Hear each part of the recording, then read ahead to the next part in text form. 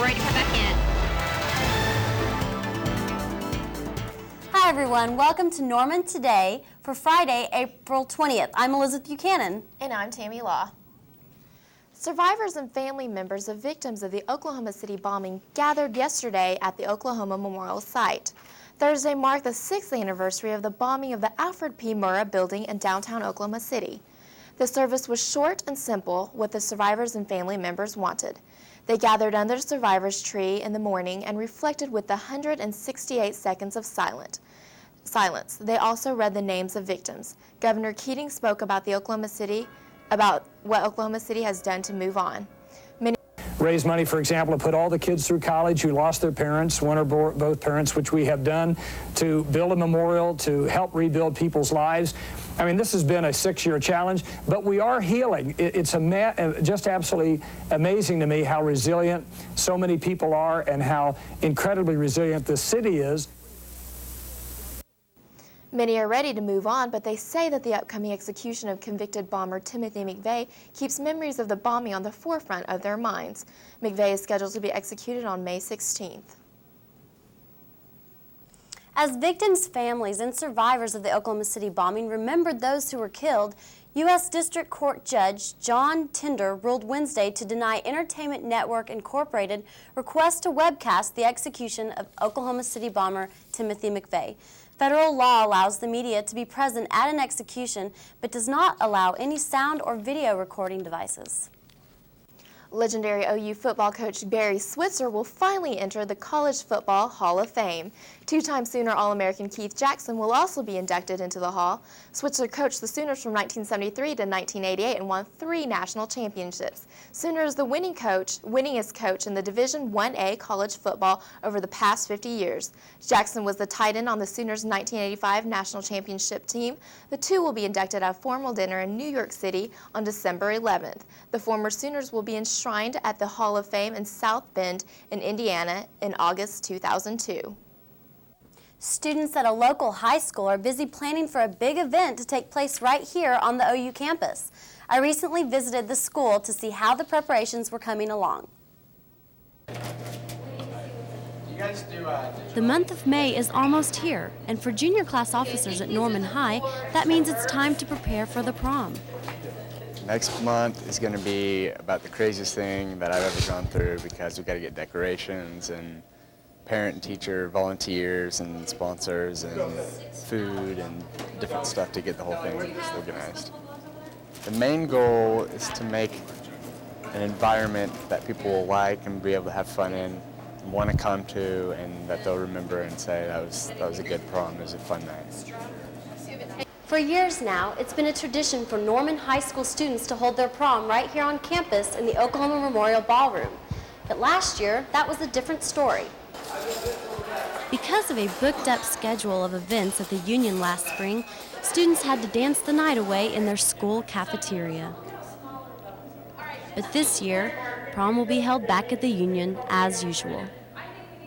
We chose the Union because it's a lot better place than this. This Commons is taller, it's got more room, it's better, just a better room and easier to decorate and stuff for dances. As you can see, there's a lot of other activities taking place right here in the ballroom right now. But in just 3 weeks, this spacious room will be filled with hundreds of students enjoying their prom. I'm Elizabeth Buchanan for Norman Today. The Norman High School prom will be held in just a few weeks on May 12th in the ballroom. The power to increase the cost of college tuition in Oklahoma may move from the legislature to the regents. State representatives passed a bill yesterday to transfer the power in the House. Under the proposal, in-state students could see a tuition hike of up to 7% a year. Out-of-state tuition could increase 10%. Sponsors say students should pay a greater share of college costs, while the state should earmark more money for higher education. This spring in Oklahoma could produce a record crop of university and college graduates. The State Regents for Higher Education estimates that 25,947 graduates will get their diplomas in the coming weeks. That number would be the highest in state history. Bachelor's degrees comprise more than half of the total. And well, Easter Sunday may be over, but there are still people hunting for eggs. That is, human eggs. And they're offering $80,000. An ad was placed in the Oklahoma Daily newspaper this week by an attorney in Orange, California. The attorney represents a client who is searching for the eggs of a particular woman in order to have a child. The donor must be Caucasian, 30 years old or younger, at least 5 feet 9 inches tall, and she must have scored highly on SAT or SACT college entrance exams. The advertiser is offering extra compensation for a donor woman who is exceptionally gifted in athletics, science and math, or music. Now, for more information about the ad, you can call the law office at 1-800-808-5838 or email at eggdonorinfo@aol.com. There will be a protest at the state capitol today. A coalition of concerned Oklahomans is gathering to protest the prohibition of hemp and marijuana. The all-day event is sponsored by the Oklahoma chapter of the National Organization for Reform of Marijuana Laws. Members of the organization say that the event will promote awareness about the controversial issue. The event will begin today at 10 a.m. and will last until 6 p.m. at the state capitol in Oklahoma City. And coming up next, Tia Sunny joins us live from the Union to tell us about alcohol awareness. And cell phones may be banned in New York. Those stories and more next.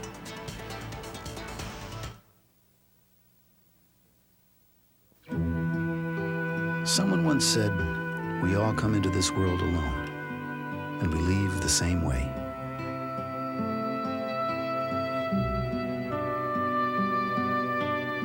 But in between, we have the chance to connect and help each other, to find ways you can do something to connect with the people in your community, called La Points of Light Foundation. Do something good.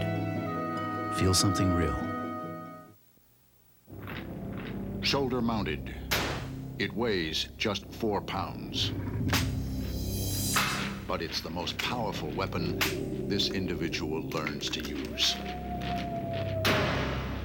Because this weapon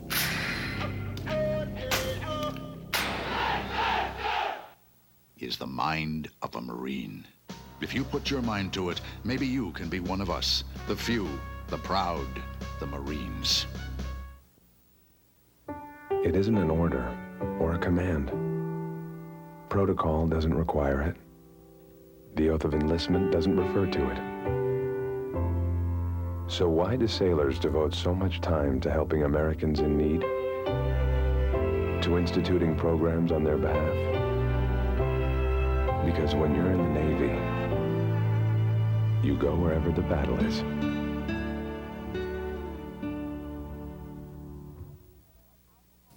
As we told you on Wednesday, we're right in the middle of Alcohol Awareness Month. And what better to spread the word than through actually involving the students here on campus? That's exactly what members of the OU Health Services Center are doing today. Tia Sunny joins us now live with the details of this event. Tia, are you learning a lot down there? Hey, Tammy and Liz, we have some entertaining and interesting things going on out here in the unit to partake in. I have Melissa here with me from the OU Health Services. Melissa, could you tell me a little bit about Alcohol Awareness Month and the booth that you have set up here? Well, sure, Tia. This is Alcohol Awareness Month, and we just have a booth with lots of information and displays about the effects of alcohol, and if people choose to drink, how to drink safely. Okay, well, that sounds good. Also, and this is very interesting, guys, they have a demonstration with these special goggles here designed to simulate drunkenness, and this is to show you just how difficult it is to walk the line while being drunk. I have a brave soul that's going to demonstrate for me. Sir, could you come here for just a second before you partake in your drunk adventure? Just tell me your name. I'm Kyle. Okay, and Kyle's going to put on these special goggles. And again, it simulates how he would be if he was really drunk, and he's going to show us how difficult it is to walk this line while you're drunk. Go ahead. I'm going to move out the way just in case he falls. He's having a little trouble here. Come on, Kyle, you can do it. Okay. Okay, guys, so this is just to show you how fun it is out here. These events are going on till 2 o'clock, so Liz and Tammy, get on out here and partake in this fun. Back to you in the studio. Well, you know, I'm not even sure that I could really walk that line without those goggles on. If you're still interested in Alcohol Awareness Program, you still have time to go to the Union. The event lasts until 12 p.m. today and is located next to Wendy's on the bottom floor. But if you miss today, you still have a chance to get involved with the program. Here's what you need to do. Just contact Health Services Center at 325-4611, extension 41777. And another Oklahoma queen will be crowned tonight. The 5th annual Miss Hispanic OU was held this evening and part of the Latino Achievement and Heritage Celebration. The pageant will include 6 contestants who will be judged based on personal interview, presentation, talent, and question and answer section. The pageant is tonight in Meacham Auditorium of the Oklahoma Memorial Union at 7 p.m. The winner will receive a cash prize of at least $500.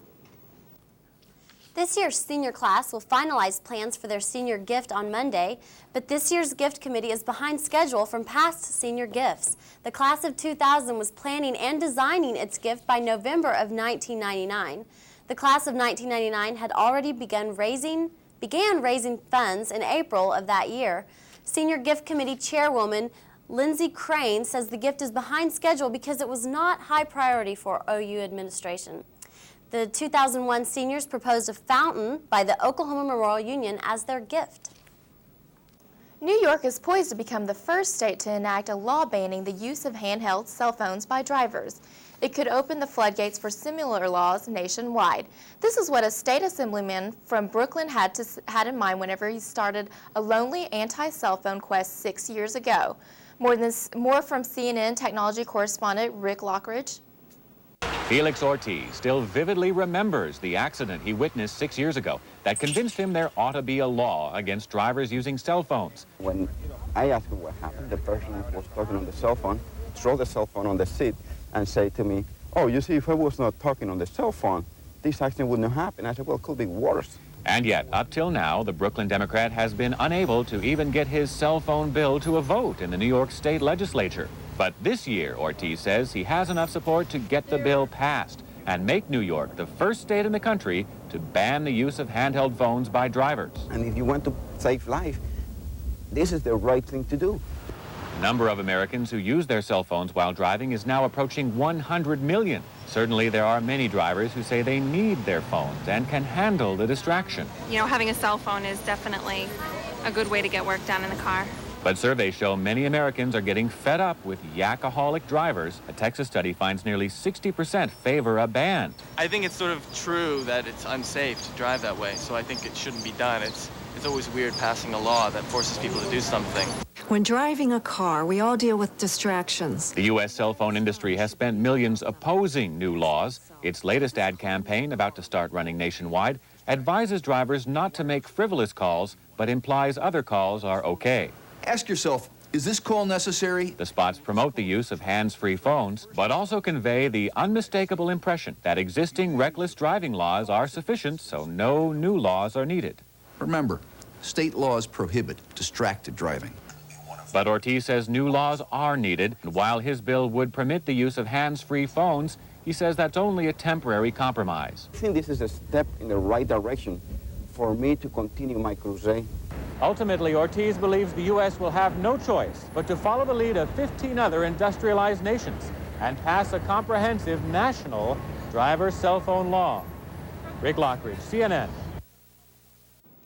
Regarding those hand-free cell phones, a study found that they do not improve driver safety. A 1997 article in the New England Journal of Medicine said drivers using hand-free cell phones were just as distracted as those using handheld ones. So do you think that the weekend weather is going to ruin your weekend plans? I'm not sure, but Brian will have that forecast for us next.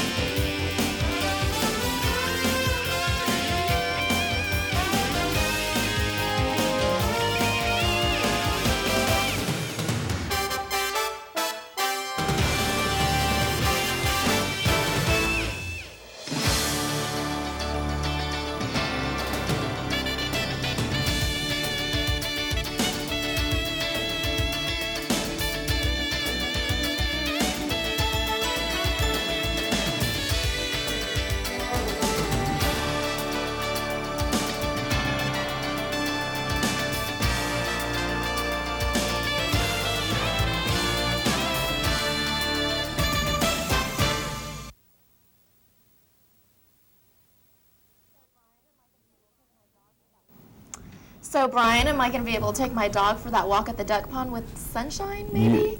Maybe tomorrow, but the thing you're going to have to worry about is holding on to your dog because it might blow away. The winds are just blowing out there amazingly. That was the word yesterday. It's probably going to be the word for today and tomorrow. So part of your weekend is going to be windy, but yeah, you can take the dog out for a walk. I'll keep him on a tight leash. All right, that'd be good. Right now, it is still windy out in Norman. It is 72 degrees. Pressure is 29.87 inches of mercury. The relative humidity is 83%, which gives us a cloudy skies here in Norman. Across the state, pretty uniform temperatures, 74 in Tulsa, 77 in Ponca City for the warm spot, 69 in Lawton, and a balmy 71 down in Ardmore. Algae report shows that mold, weed, and grass have diminished to the low category while the trees still continue to bloom and are currently in the high category. Yesterday we had a low of 53 degrees. This morning, though, look at the low, 65 degrees, which is well above the average low of 50. Today and yesterday we had a high of 73 degrees, which is right on normal, and it looks like we're going to be really close to the same temperature today. Now, I told you about the wind speeds. Here is some of the wind speeds that happened across the state yesterday. Norman had a top wind speed of 40 miles an hour. My hometown of Midwest City, 35. Tulsa was up to 38, but look at Boise City, 47, and it should say Stillwater at the bottom was also at 40 miles an hour. So that kind of gives you an indication of how winds are strong the winds were blowing, and it's going to likely continue again today.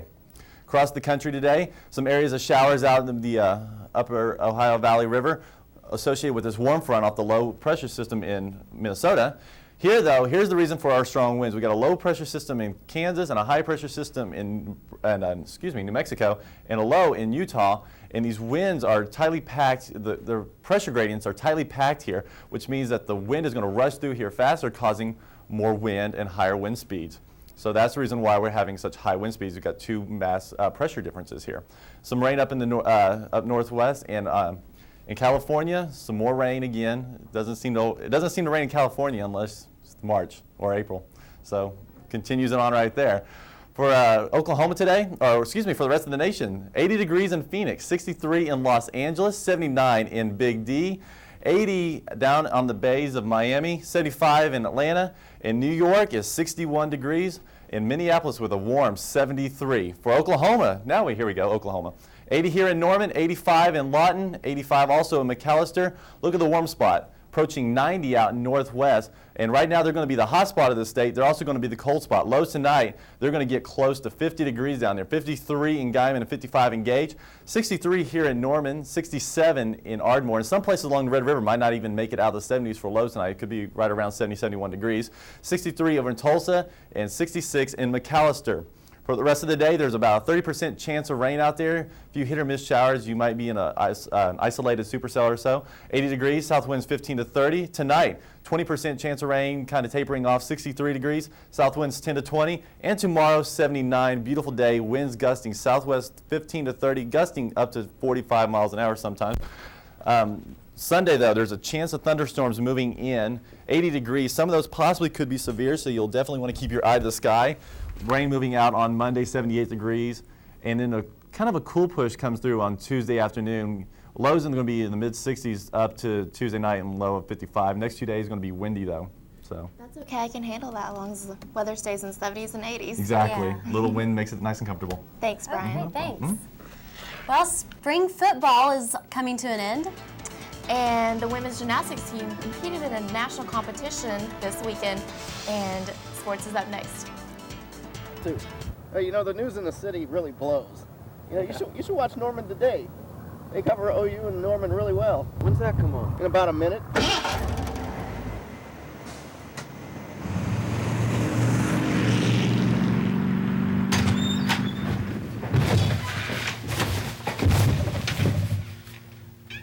Well, hey, what are you guys watching? Norman Today. I forget this.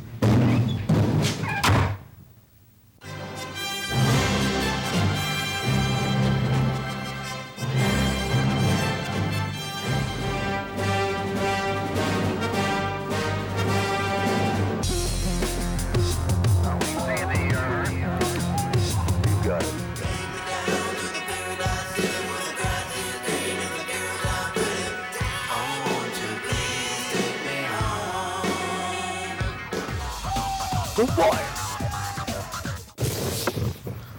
We're here live at the scene of a fire that police think has been started by arsonists. The Norman Today is the first crew here. The Norman Today is always the first crew on the scene.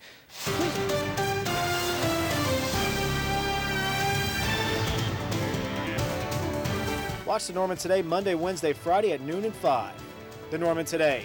We don't make the news, we make it better.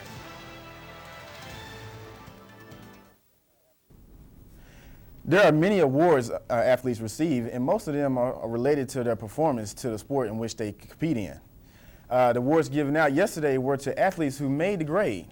6 Sooners made the Big 12 All-Academic Team. The Oklahoma women's golf team was honored with 5 first-team selections with Bessie Berry, Hope Edge, Jennifer James, Wendy Martin, and Allison Johnson, and Jennifer Tannehill made the second team.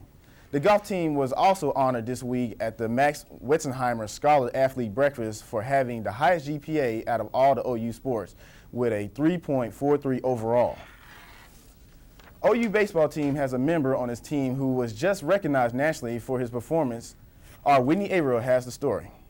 Sooners knew they had a potential all-star when senior tri-captain Greg Dobbs was recruited to OU.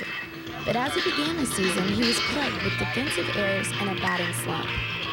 I wanted to start off hot, and I know some people expect me to pick it up, or to start off hot, especially the coaches and some of the players, but I just stuck with it. I didn't let it get to me, and I maintained my focus and just kept working at it. It didn't take long after Greg's continuous practice efforts for it to pay off. He was moved from his original third base position to left field, and offensively, he blew up. Now, just maintaining that same approach, not really changing anything, but just still going up there and focusing on hitting the ball hard. Base hits have started to fall in. I've started to hit some balls out of the park. So that's basically, that's been main reason why I've kind of got out of my slump that I was in. Out of his slump, he did. Dobbs won the National Baseball Player of the Week award last week by ending the week with 10 hits and 16 at-bats, including 3 doubles, a triple, and 4 home runs. I feel good. I feel really comfortable at the plate. Everything's just kind of falling into place. If you'd like to see Greg and the rest of the Sooner baseball team in action, OU will face Texas Tech in a 3-game series beginning tonight at 7 p.m. at L. Dale Mitchell Park. The women's gymnastics team ended the 2001 season with 20 wins and a 5th-place finish in the championship in Georgia. Co-head coach Becky Switzer said that it wasn't an exceptional performance by any means, but the team showed it belonged here in Georgia. Despite the outcome, Oklahoma qualified this year for the national championship for the first time since 1989 and will return every gymnast for next season. The meet also signals the end of Becky Switzer's career at OU after 18 years. Spring practice is coming to an end and the annual red and white game this weekend. Joshua Coates has more on the story.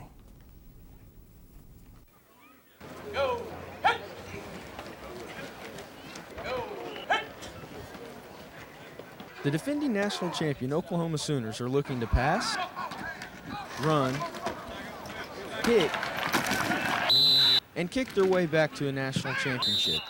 With only the loss of a few seniors from last year's team, OU has looked good throughout the spring.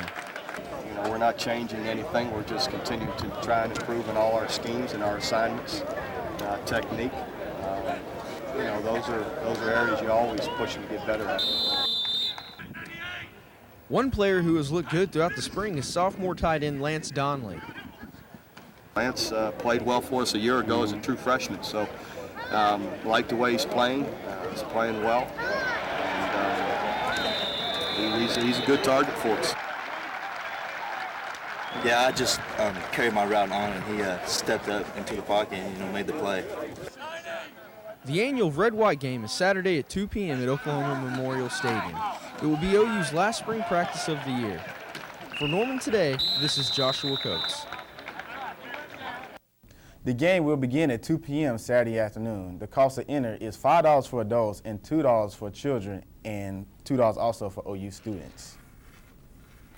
Well, thanks a bunch, Terry. Thanks, Terry. All right. Well, if you missed the red and white game, there's always the movies this weekend. That's coming up next. Stay with us.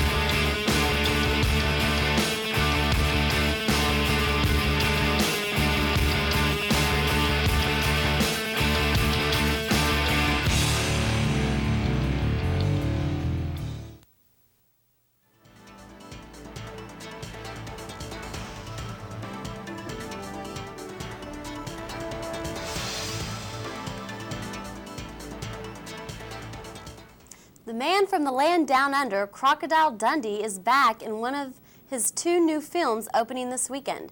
CNN's Anna Hoven takes a preview in today's edition of Now Showing. I wonder if Los Angeles knows who's coming to dinner. Welcome to Wendy's. Good evening, Wendy. Crocodile Dundee is back. G'day. He's visiting Los Angeles. Yo, give it up, punk. Who's getting mugged? I must look rich. This must be why they call L.A. the city on wheels. What do you mean? Well, they don't even get out of their car to mug you. You can take the man out of the Outback, but you can't take the Outback out of the man. Welcome to the Paramount Pictures Studio Tour. Look out, it's a giant deadly anaconda. Sorry. Crocodile Dundee in Los Angeles is rated PG. Can you hear me? There's probably people at the factory that have been making cheese sandwiches their entire lives, and they're gonna look at me, look at me, look at me, look at me, look at me, and they're gonna call me a loser. Ooh, you can't hurt me. Not with my cheese helmet. In Freddy Got Fingered, Tom Green is a real loser. Look, I found a treasure. That's soap on a robe. Oh no, the treasure! It went into that underwater cave! I can walk backwards fast as you can. Another backwards man, the backwards man. I can walk back as fast as you can. What? God, name are you doing? The film is rated R. I'm being creative? Now, if you'll excuse me, I still have some work to do. Daddy, would you like some sausage? Daddy, would you like some sausages? Daddy, would you like some sausage? Sausages? With Now Showing, I'm Anna Hoven. So, Terry, did you go to the Bedlam battle last night, the women's? I didn't get a chance to see it, but I've seen a lot of the footage, but they whooped up on them 16-0. It was pretty embarrassing. That's awesome. That's awesome. That is awesome. All right. And you know what? After that warning about my dog blowing away, I'm afraid to go to that carnival that's in town this weekend. Yeah, it may be a good idea to avoid the Ferris wheel. No, it's going to be windy for the next couple of days. Chance of rain comes in on Sunday. Slight chance of rain today. Okay, thanks, guys. Well, that sounds good. All right, well, thanks for joining us today. Have a great weekend. We'll see you Monday.